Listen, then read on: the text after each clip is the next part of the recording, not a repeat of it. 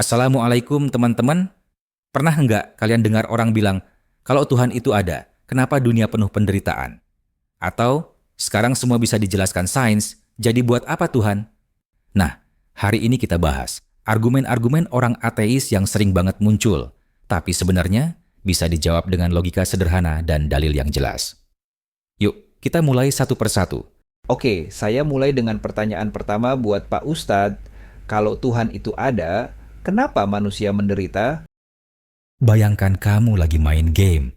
Kamu dikasih kebebasan untuk memilih jalan, kiri, kanan, atau loncat jebakan.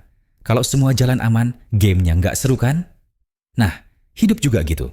Allah kasih manusia kebebasan memilih, biar kita belajar, berjuang, dan tumbuh dari setiap cobaan. Kalau Tuhan langsung hapus semua kesulitan, maka nggak ada yang namanya ujian, nggak ada pahala, nggak ada sabar.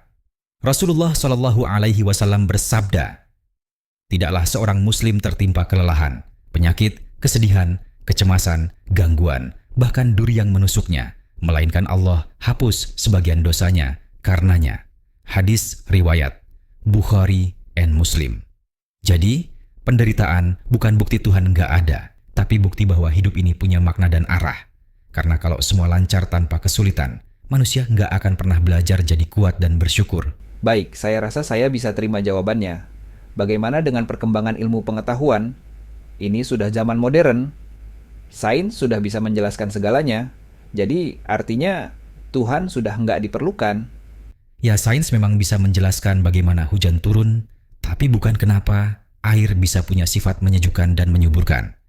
Sains bisa jelaskan bagaimana bayi terbentuk, tapi bukan kenapa kehidupan itu ada dari awal. Bayangkan, kamu lihat rumah megah. Sains bisa jelaskan bagaimana temboknya berdiri, semen mengeras, tapi siapa yang punya ide membangun rumah itu? Pasti ada arsiteknya kan? Begitu juga alam semesta. Sains menjelaskan prosesnya, tapi bukan siapa yang memulai dan mengaturnya. Logikanya sederhana. Kalau piring di rumah kita pecah, kita tahu pasti ada penyebabnya. Masa alam semesta sebesar ini muncul begitu saja? Perumpamaan yang masuk akal. Jadi, berdasarkan penjelasan Ustadz tadi, agama dan sains tidak bertolak belakang, tapi berjalan berdampingan. Ya sudah, kita bahas hal-hal mendasar saja. Kalau Tuhan baik, kenapa ada orang jahat dan bencana? Pertanyaan ini sering banget muncul, tapi coba kita lihat dari kacamata kehidupan sehari-hari.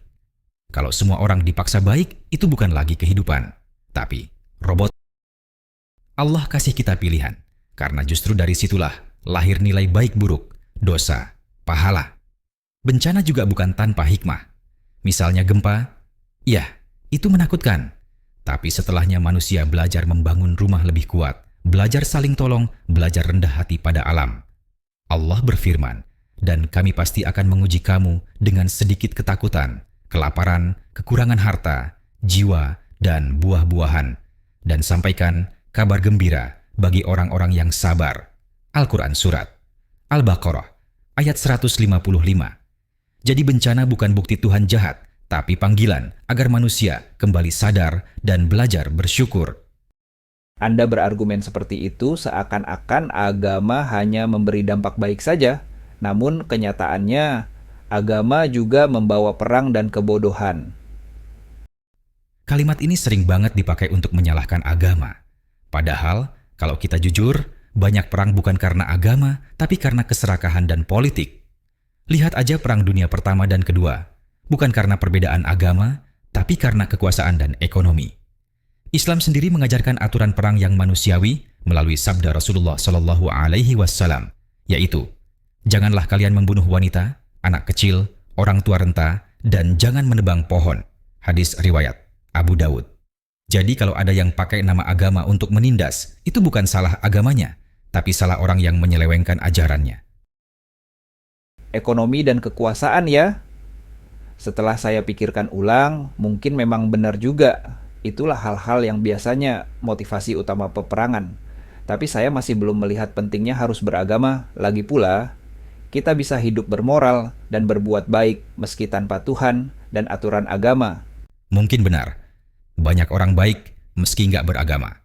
Tapi pertanyaannya, baik menurut siapa? Kalau moral, cuma berdasarkan kesepakatan manusia, maka yang hari ini dianggap salah, bisa aja besok dianggap benar. Contoh, dulu zina dianggap aib, sekarang dianggap bebas memilih. Dulu mencuri itu dosa, sekarang malah ada yang bilang cuma strategi bisnis. Tanpa Tuhan, moral jadi berubah-ubah. Tapi dengan wahyu, kita punya patokan tetap.